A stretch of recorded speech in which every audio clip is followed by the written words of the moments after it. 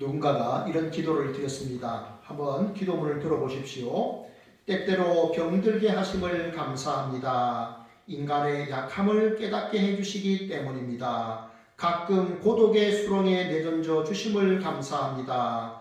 그것은 주님과 가까워지는 기회입니다. 일이 계획대로 안 되게 틀어주심도 감사합니다. 그래서 저의 교만을 깨닫게 됩니다. 아들, 딸이 걱정거리가 되게 하시고 아내나 남편이 미워질 때도 있게 하시고 부모와 형제가 짐으로 느껴질 때도 있게 하심을 감사합니다. 먹고 사는 것이 힘겹게 하심도 감사합니다. 눈물로 빵을 먹는 심정을 이해할 수 있기 때문입니다. 때로 허탈하고 허무하게 하심을 감사합니다. 영혼에 접근할 수 있는 기회이니까요. 불의와 허무가 득세하는 시대에 태어난 것도 감사합니다. 하나님의 의의가 분명히 드러나기 때문입니다. 땀과 고생의 잔을 맛보게 하심을 감사합니다. 그래서 주님의 사랑을 깨닫기 때문입니다. 주님, 감사할 수 있는 마음을 주심을 감사합니다. 누가 기도하신 건지는 모르겠지만 무명의 그리스도인이 올린 기도문입니다. 여러분, 우리의 특권 중에 하나는요, 기도하는 것이겠죠. 하나님과 대화하는 것이 우리 성도의 또 특권입니다. 오늘 성경은 우리 그리스도인의 특권에 대해서 세 가지로 잘 설명하고 있습니다. 오늘 말씀을 통해서 우리 그리스도인의 나의 특권이 무엇인지를 알고 그 특권을 여러분 마음껏 누리시고 나누시기를 바랍니다. 첫째, 그리스도인의 특권, 첫째, 정죄하지 않는다 그랬습니다. 정죄를 당하지 않게 됩니다. 여러분, 정죄를 당한다는 말이 여러분 어감도 별로 좋지 않죠. 딱 느끼기에도 좋지 않습니다. 정죄라는 말은 죄인으로 판정을 받았다는 것입니다. 판사 앞에서 한 사람이 서 있는데 판사가 이렇게 말합니다. 당신은 이런 죄를 지었기 때문에 사형을 언도합니다 라고 하는 것이죠. 이게 바로 정죄를 당하는 것입니다. 대한민국의 최고의 이 형벌은 사형입니다. 그래서 사형 언도를 판사가 하게 되는데요. 1997년 이후로 아직 사형은 우리나라에서 집행은 계속해서 되지지 않고 있습니다. 만약 여러분이 그 판사 앞에서 당신은 사형을 언도합니다 라는 그런 말을 우리가 만약 들었다면 우리의 마음은 어땠을까요? 로마서 8장 1절이 말씀합니다. 그러므로 이제 그리스도 예수 안에 있는 자에게는 결코 정죄함이 없나니 이는 그리스도 예수 안에 있는 생명의 성령의 법이 죄와 사망의 법에서 너를 해방하였습니다. 아멘. 여러분, 우리는 제가 초등학교 다닐 때만 해도 중고등학교를 다닐 때만 해도 일제시대라는 말을 썼습니다. 그런데 이제 그 후에는 일제강점기라는 말을 쓰고 있죠. 일제가 강압적으로 이 나라를 점령한 기간이 36년입니다. 1910년에서 45년까지죠. 이제 일본이 패망하면서 이제 우리나라가 주권을 되찾게 된 것이죠. 오부지리라고 할까요? 하나님의 은혜 가운데 이런 일들이 된 것을 우리가 감사해야 됩니다. 그런데 우리가 36년의 그 기간 동안에 이 땅은 우리의 선조들은 그냥 가만히 침묵하고 있지 않았습니다. 독립운동가들은요, 도산 안창호 이런 여러 가지 많은 이제 종류의 독립 활동을 했지만 독립운동가 중에서 특별히 그렇게 또 상해 임시정부에서 활동하고 그렇게 총을 가지고 싸웠던 그런 사람들은 뭐 청산리 전투, 김자진 장군 이런 식으로 총을 가지고 그래서 안중근 의사도 이 또 히로부미를 총으로 저격을 하지 않았습니까? 그는 이제 군인으로서 그런 사명을 감당한 것이고 안중근 열사는요 학생이었습니다. 이화학당에 다니다가 이제 3.1운동에 동참을 했죠. 학생으로서 특히 만세운동을 벌였고요. 그리고 또 감옥에서 이렇게 옥고를 치르신 분들도 많은데 이제 평양 산정교회를 담임하셨던 주기철 목사님 같은 경우는 목사이니까 강단에서 하나님의 바른 말씀을 선포하고 일본의 천황 앞에 우리가 절하는 것은 신사참배다라고 이렇게 이야기를 했던 것이죠. 각자의 역할이 달랐던 것입니다. 모두 다 총을 들지 않았고 모두 다 이렇게 만세운동만 한 것은 아닙니다. 각자의 역할이 있었던 것이죠. 오늘 우리 나라와 민족을 위해서도 우리가 각자의 역할을 하면서 우리가 또 하나님 앞에 기도를 해야 되겠습니다. 하나님 은혜 가운데 우리가 독립을 맞이했는데요. 더 이상 우리는 이제 대한독립 만세, 독립운동을 하거나 태극기를 들고 만세운동을 하지는 않죠. 해방을 맞이했기 때문에 그렇습니다. 여러분, 우리가 죄와 사망에서 더 이상 그렇게 비참한 지경에 처해 있는 그런 삶을 살지 않아야 하는 것은 왜 그럴까요? 예수님께서 그 모든 책임을 우리 주님이 다 지셨기 때문입니다. 예수님께서 우리의 죄값을 다 치러주셨기 때문에 우리는 구원받은 하나님의 사람으로 이제 우리가 기쁘게 살아야 되는 거예요. 생각해보면 여러분, 우리가 구원받은 것은요, 성부와 성자와 성령의 연합사역이에요. 성부 하나님이 구원을 계획하셨고 성자 예수님이 십자가에서 구원을 성취하셨죠. 그리고 성령이 그 구원을 우리 안에서 적용시키는 거예요. 일제강점기는 몇 년 전입니다. 그저 한 100여 년? 그런데 여러분, 예수님께서 이 땅에 오셔서 우리를 위해서 죽으시고 부활한 사건은 2000년 전의 사건이에요. 어떻게 믿어질 수 있습니까? 이 대한민국 땅에서 일어난 사건도 아닙니다. 이스라엘 땅에서 일어난 사건입니다. 그런데 성령님은 그것을 오늘도 마치 어제 일어난 사건처럼 우리에게 그것을 믿음의 눈으로 바라보게 하시고 믿어지게 하십니다. 그게 성령의 사역입니다. 여러분, 우리는 예수님을 믿기 전에는 마치 사형 언도를 받은 죄수, 그래서 언제 사형을 당할지 모르는 하루로 사는 것이 살얼음판을 걷는 그런 두려움 속에서 살았다면 예수님을 믿고 난 다음에 어떻습니까? 특사가 되는 겁니다. 대통령의 특별 사면. 그래서 더 이상 우리는 사형을 당하지 않는 그러한 이 행복한 그런 삶을 우리가 살게 되었다는 것이죠. 어떻게 이 기쁨을 나눌 수 있을까요? 여러분, 우리는 더 이상 여러분 죄책감 속에 빠져 살지 않기를 원합니다. 여러분, 우리는 이제 과거에 죄를 지은 그런 경험들이 있잖아요. 그런데 자꾸 그런 것이 떠오르면서 자꾸 죄가 나를 이끌어갑니다. 고통스럽게 만듭니다. 그럴 때는 어떻게 해야 될까요? 그럴 때 우리에게 필요한 것이 뭘까요? 분별력이 필요합니다. 솔로몬 왕이 하나님 앞에 구한 것이 바로 그 분별력입니다. 그래서 여러분, 그때 이런 생각을 하십시오. 이런 생각들을 누가 나에게 주는가? 이런 괴로움, 이런 과거의 죄를 생각나게 하면서 자꾸 그런 것들을 들춰내게 하는 것이 누군가? 이게 하나님에게서 온 생각인가 마귀가 준 생각인가를 여러분 분별하시기를 바랍니다. 그리고 마귀가 준 생각이라고 여러분이 확신하면 예수 그리스도의 이름으로 물리치시기를 바랍니다. 마귀가 주는 죄책감이나 그러한 어떤 나쁜 감정 속에서, 우울한 감정 속에서 여러분 살지 않기를 원합니다. 마틴 루터가요, 여러분 종교개혁을 할 때잖아요. 마틴 루터가 종교개혁을 할 때 이제 그가 종교개혁을 하게 된 것은 사실은 이제 로마 교황청이 잘못을 한 거죠. 베드로 성당을 지으려고 하니까 건축 헌금이 필요했고, 그래서 사람들로 하여금 이제 면죄부라고 하는 이 면벌부라고 하는 이 종이를 돈으로 사면, 그 종이를 돈으로 산 사람들은 죽으면 바로 천국에 간다, 이렇게 가르친 거예요. 면죄부를 사는 사람이 구원을 얻고 천국에 간다라고 했는데, 그때 당시에 비텐베르크 대학의 신학과에서 교수를 했던 이 마틴 루터는 그것이 잘못됐다는 것을 지적을 한 거예요.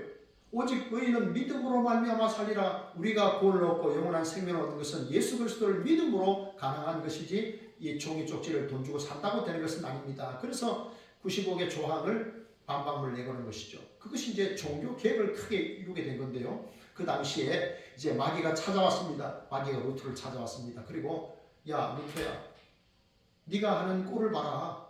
네가 무슨 종교 개혁을 하느냐? 너 옛날에 어렸을 때 이런 죄를 지었잖아. 너 결혼하고도 이런 죄를 지었잖아. 그런데 네가 무슨 종교개혁이야? 그렇게 루터가 과거에 지었던 그런 죄들을 생각나도록 마귀가 막 이렇게 이야기를 하더랍니다. 루터가 막 기절할 정도였다고 합니다. 그런데 기도했답니다. 그리고 이렇게 말했답니다. 자, 그러면 그 밑에다가 내가 부르는 것을 적어라고 하니까 마귀가 내가 알지 못하는 죄가 또 있어? 이렇게 말하는 겁니다. 그 밑에다가 이렇게 적어.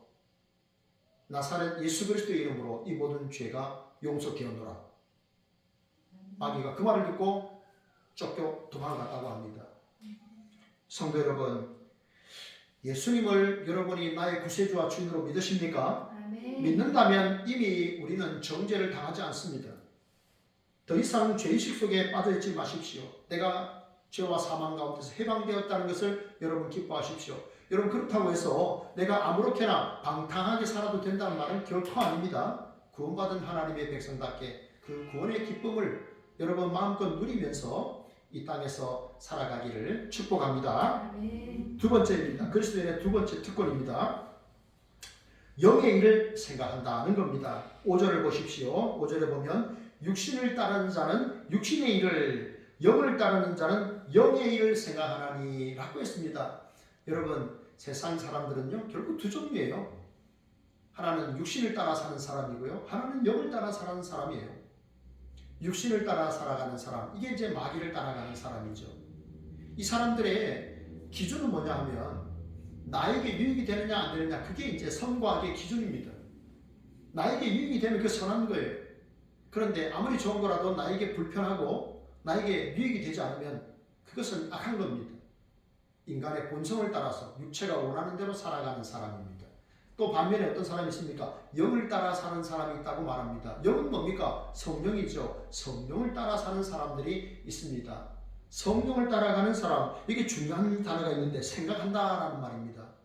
육신의 일을 생각하는 사람, 영의 일을 생각하는 사람, 이게 이 생각한다라는 말은 골똘히 골몰한다라는 말입니다. 다른 걸 생각하지 않고 하나를 생각하는 것입니다. 저의 그 대학 선배 가운데는 이제 통합 측 목사님이 된 분이 있습니다. 이분은 이제 서울에 장신대 신학대학을 나오셔가지고 이제 통합 측 목사가 되신 분인데, 이분의 카톡을 보면 항상 가족 사진이 있고 그 밑에는 어찌하면 주를 기쁘시게 할까라는 그 한마디 말이 있습니다. 어찌하면 주를 기쁘시게 할까?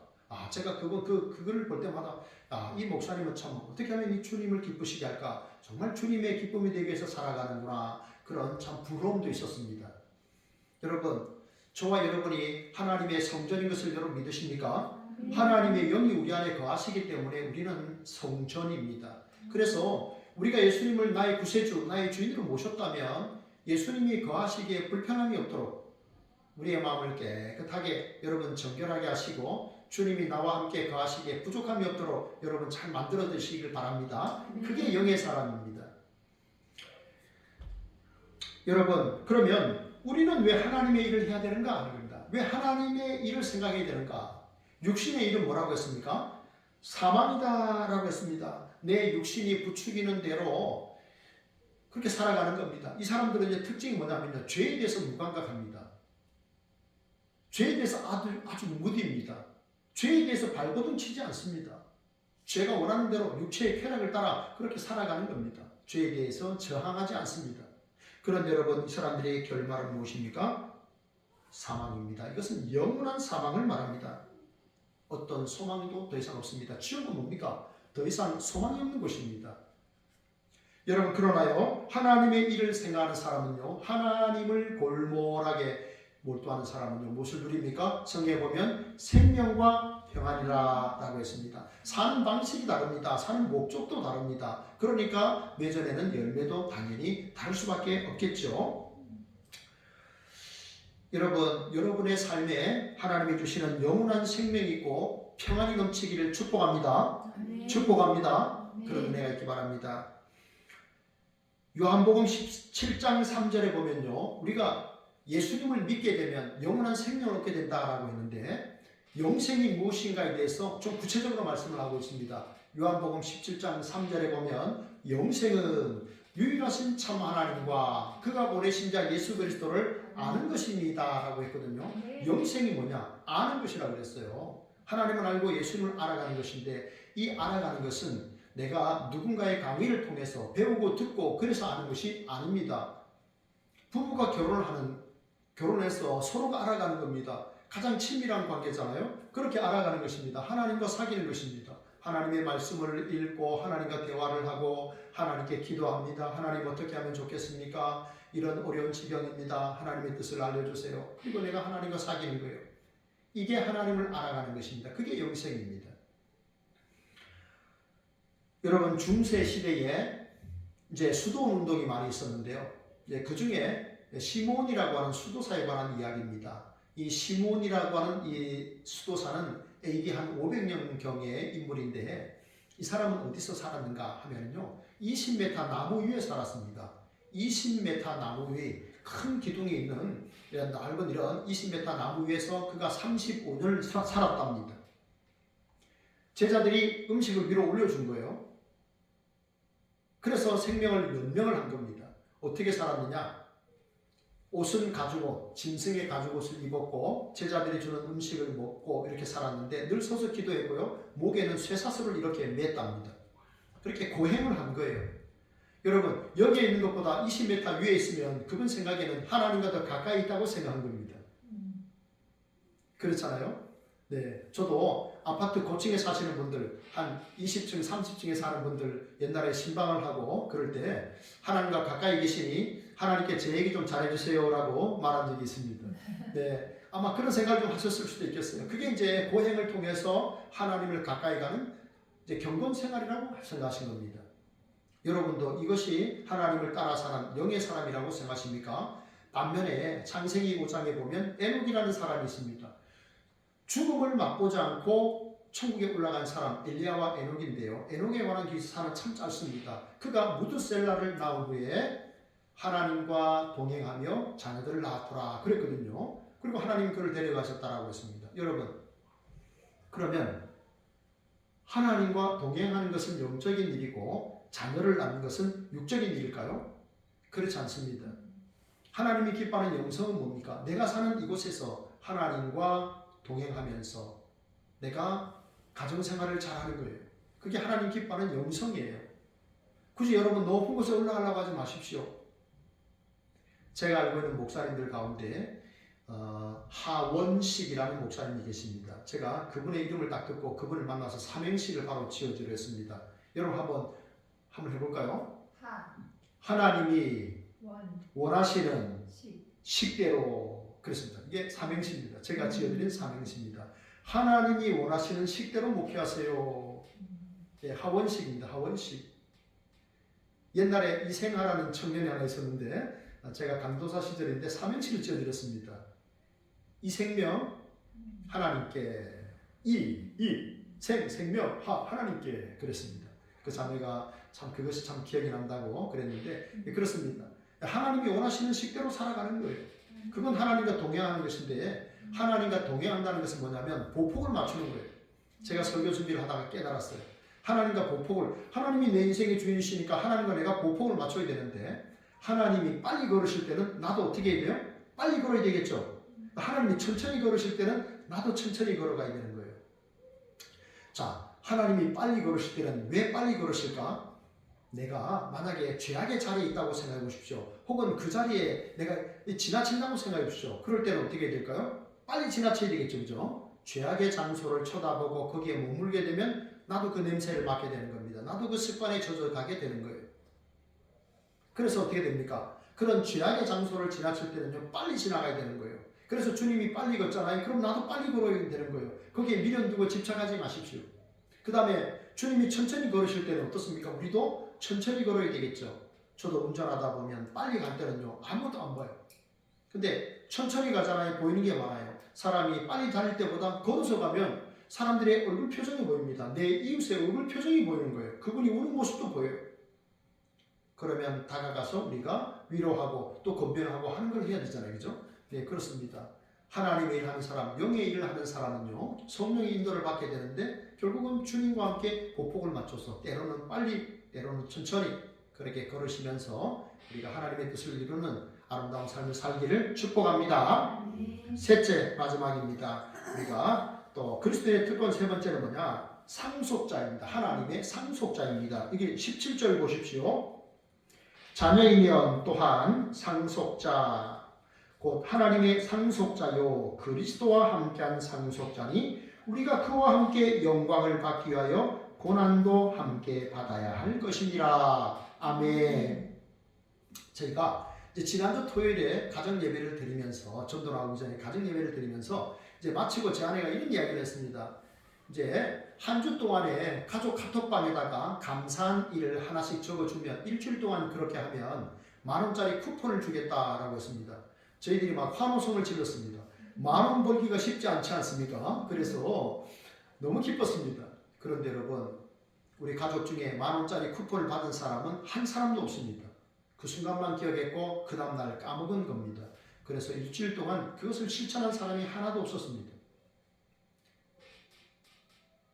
잊었기 때문입니다. 여러분 잊지 마시길 바랍니다. 우리가 하나님의 나라의 상속자라는 것을 여러분 꼭 기억하십시오. 너무너무 중요한 사실입니다.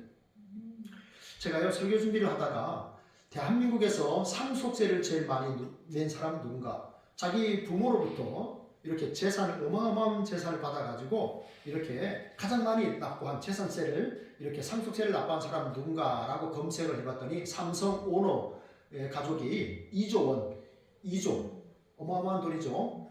그래서 그 상속세를 내기 위해서 그렇게 이렇게 그 삼성전자를 포함한 계열사 주식 2조 원어치를 이렇게 처분한다. 그런 기사를 제가 봤어요. 여러분, 그런데 뭐 그런 거 뭐 우리한테 별로 관심이 없잖아요. 그죠? 우리와 별로 상관없는 일이잖아요. 그런데 여러분, 우리는 내가 누구의 상속자인가 생각하셔야 됩니다. 우리는 누구의 상속자다? 하나님의 상속자다. 상속자는요, 지위와 재산, 그 모든 것들을 물려받는 사람이에요. 우리는 하나님의 상속자입니다. 우리는 하나님을 물려받고 하나님의 나라를 기업을 물려받게 되는 사람이죠. 여러분, 저와 여러분은요 이중 국적자예요. 목사님 저는 대한민국 시민인데요, 대한민국 국민인데요. 그런 분 있죠. 네, 우리는요 여러분 이중 국적자입니다. 왜 우리가 이중 국적자일까요, 권사님? 우리는 천국의 시민이고 대한민국 시민이기 때문에 목사님 저나 우리 권사님이나 또 우리 성도님들 모두가 다 이중 국적자예요. 대한민국 국적을 갖고 있으면서 천국 국적을 갖고 있으니까 그래요. 그래서 여러분 우리는 이 나라와 민족을 위해서 늘 기도하셔야 됩니다. 대한민국이 탄핵의 위기 이런 가운데 많은 시간이 지나면서 국론이 분열이 되고 남북이 분열이 되고 동서가 분열이 되고 이렇습니다. 여러분 그렇기 때문에 또 하나님의 공의와 사랑 가운데 헌법재판소의 판결이 나올 수 있도록 기도하셔야 되고요. 판결이 나온 후에는요 온 국민이 이것을 받아들여야 됩니다. 그리고 우리는 더 하나 되고 더 발전된 대한민국을 만들기 위해서 힘써야 됩니다. 그것이 우리의 사명입니다. 그리고 우리는 여러분 이 대한민국이 영원한 우리의 소망이 아닙니다. 어느 세상 강대국이 우리의 영원한 소망이 될 수 있겠습니까? 우리의 영원한 소망은 천국인 줄 믿습니다. 하나님의 100% 공의가 실현이 되고 하나님의 100% 사랑이 실현되는 나라, 그 영광스러운 나라입니다. 그 나라를 여러분 소망하시며 살기를 원합니다. 제가요 설교 준비를 하다가 상속자라는 예화를 한번 찾으려고 검색을 해봤더니 이런 예화가 있었어요. 안산에 가면 안산제일교회라고 하는 아주 유명한 고훈 목사님이라는 분이 은퇴를 하셨는데 이제 그분의 설교 가운데 이런 내용이 있었어요. 이제 그 교회가 이제 교회를 이제 건축을 할 때입니다. 그런데 그 교회에 고집사님이라는 분이 계셨어요. 이분이 이제 명예퇴직을 당한 거예요. 그런데 이제 회사에 돈이 없다 보니까 이게 퇴직금도 못 받고 이제 나오게 된 거예요. 그런데 두 아들은 그때 대학생이었답니다. 그러니까 남편, 아내 두 대학생이 있는데 실직이 됐으니 얼마나 괴롭겠습니까? 그런데 엎친데 겹친격으로 교회는 성전을 건축한다고, 예배당을 건축한다고 건축 헌금을 하라고 이렇게 또 광고를 내고 오셨습니다. 집사님 하나님 앞에 기도했답니다. 하나님, 제가 지금 이런 상황입니다. 참 먹고 살기 힘든 상황입니다. 그런데 건축 헌금하는 사람들 참 부럽습니다. 하나님, 나에게도 복을 주십시오. 나에게만 복을 주십시오가 아니라 나에게도 복을 주십시오라고 기도한 거예요. 그렇게 기도하셔야 돼요. 그런데 여러분 한 달을 그렇게 기도했는데요. 어디서 전화가 왔더랍니다. 지금 묶여있는 그린벨트 그 산을 광산으로 개발하려고 하니까 그 산을 파세요라고 전화가 온 거예요. 그래서 이 고집사님이 전화를 잘못하셨습니다. 저는 그런 산이 없습니다. 라고 이야기했대요. 그런데 알고 보니까 그게 문중 땅이었던 거예요. 그게 문중 땅이었던 거예요. 그런데 문중 땅은 문중이 관리해야 되는데 문중 땅이 그것을 받을 사람이 다 돌아가신 거예요. 고집사님밖에 없었던 거예요. 그러니까 건설회사에서 이 문중 땅을 상속받게 되는 상속자를 찾아서 집사님에게 연락을 한 거예요. 그래서 그 땅의 일부를 팔아서 1억 원을 건축 헌금을 했다는 그런 기사를 봤습니다. 하나님이 이렇게도 응답하신잖아요. 그죠? 이게 상속자의 권한입니다. 여러분, 혹시 문중 땅이 있는가 한번 살펴보시기 바랍니다. 혹시 문중 땅이 있는가 저도 한번 살펴봐야 되겠어요. 자, 여러분, 그런데요, 우리는 하나님의 상속자입니다. 우리는 저와 여러분은요, 하나님의 상속자예요. 뭡니까? 결국은 하나님의 나라를 우리가 상속받게 된다는 것입니다. 여러분, 우리는 부모로서 자녀에게 무엇을 남겨주고 싶습니까? 생각해보면 뭐 좋은 집도 한 채 남겨주면 좋을 것 같고 좀 재산도 좀 남겨주면 좋을 것 같지만 여러분 우리가 그럴 형편은 아니잖아요. 그러면 무엇을 남겨줘야 될 것인가? 미국의 조지아주에 있는 조지아 주립대학의 경제학 박사 토머스 스탠리 교수가 미국에서 자수성가한 사람들, 부모는 가난했는데 어마어마한 부를 이룬 그런 자수성가한 사람들 20년 동안 연구를 했다고 합니다. 그런데 그분의 결론은 뭐냐 하면 그렇게 자수성가한 사람들의 특징은 부모의 유산을 물려받는 것이 아니라 부모에게서 좋은 습관을 물려받았다라고 했습니다. 부모에게 좋은 많은 유산을 물려받은 것이 아니라 부모에게 좋은 습관을 물려받았다는 겁니다. 그는 5가지 습관을 이렇게 얘기했습니다. 근면, 성실, 정직, 용기, 신앙. 이것이 부모에게서 물려받은 좋은 이 습관이었다고 합니다. 그래서 이것을 물려받은 사람들이 미국을 움직이는 그러한 자수성가한 거부들이 되었다는 것이죠. 여러분, 우리가 알고 있는 대로 인도라는 나라는 이제 중국을 넘어섭니다. 인구가 15억입니다. 15억, 16억 됩니다. 인도, 중국이 그렇습니다. 전 세계 인구의 절반 가까이 되는 것 같지 않습니까? 그죠? 그런데 인도라는 나라는 이제 힌두교도들이잖아요. 그래서 힌두교도인들이 한 80%, 그 다음에 이슬람교도가 한 14%, 기독교인들이 한 2% 정도라고 합니다. 한국의 선교사님이 그곳에서 이제 선교를 하는데 어느 인도 그 여인이 너무 이렇게 복장이 허름하고 그래서 참 이렇게 여러 번 고민하다가 한 번 말씀을 했대요. 이렇게 하나님 앞에 나오실 때는 이런 복장으로는 좀 합당하지 않습니다. 라고 이렇게 하니까 이 여인이 뭐라고 했냐면 선교사님, 이 옷은 제가 가지고 있는 가장 좋은 옷입니다. 라고 이야기를 했답니다. 그래서 그렇게 가난하십니까? 이 물었더니 그분이 이렇게 이야기를 했습니다. 자기가 예전에는 돈도 많고 보석도 많고 좋은 옷도 많았는데 어느 날 자기 그 지역에 가장 그 권세를 가진 사람이 와서 다 뺏어갔답니다. 왜냐? 예수를 믿는다는 이유 때문에. 그 나라가 힌두교도들이 가장 많다고 했잖아요. 그 다음에 이슬람인데 이 기독교를 믿는 사람들은 소수 2%인데 이 마을에서 예수를 당신이 믿기 때문에 이 재산을 다 몰수해 간다는 겁니다. 그리고 이것을 찾으려면 당신이 예수를 부인하면 된다. 그러면 이 재산, 이 모든 것들 다 돌려주겠다라고 했답니다. 그래서 선교사님이 그러면 다시 예전처럼 좀 부자로 살고 싶지 않습니까? 라고 하니까 그렇게 예수님 믿지 않고 부자로 사는 것보다는 차라리 가난하면서 예수님 믿는 게 낫습니다. 훨씬 더 낫습니다. 라고 이야기했다고 그래요. 우리에게는 이러한 일이 없기를 원합니다. 여러분, 이 여인은요, 하나님 나라의 상속자라는 것을 확실히 믿었기 때문에 세상에 있는 그런 것을 기꺼이 포기할 수 있었던 것이요. 거기에 집착하지 않았던 것입니다. 여러분은 하나님의 상속자이심을 여러분 믿으십니까? 네.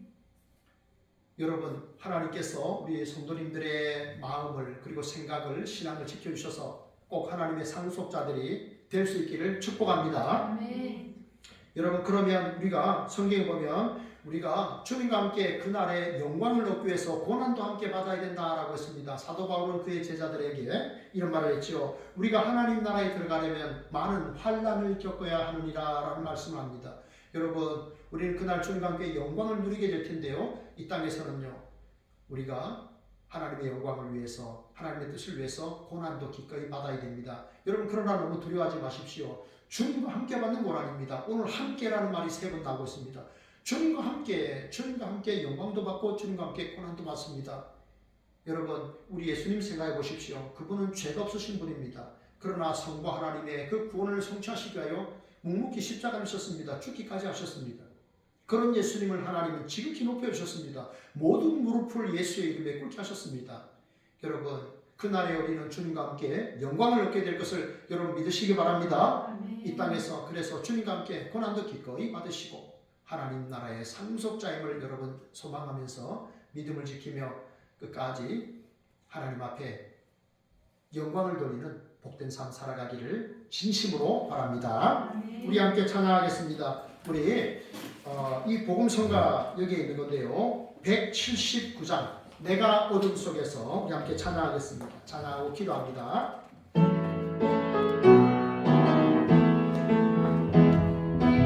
어둠 속에서 내내내도 주님이 함께 계셔. 내가 시험 당하여 외로울 때도 주님이 함께 계셔. 기쁜 찬양 할렐루야 할렐루야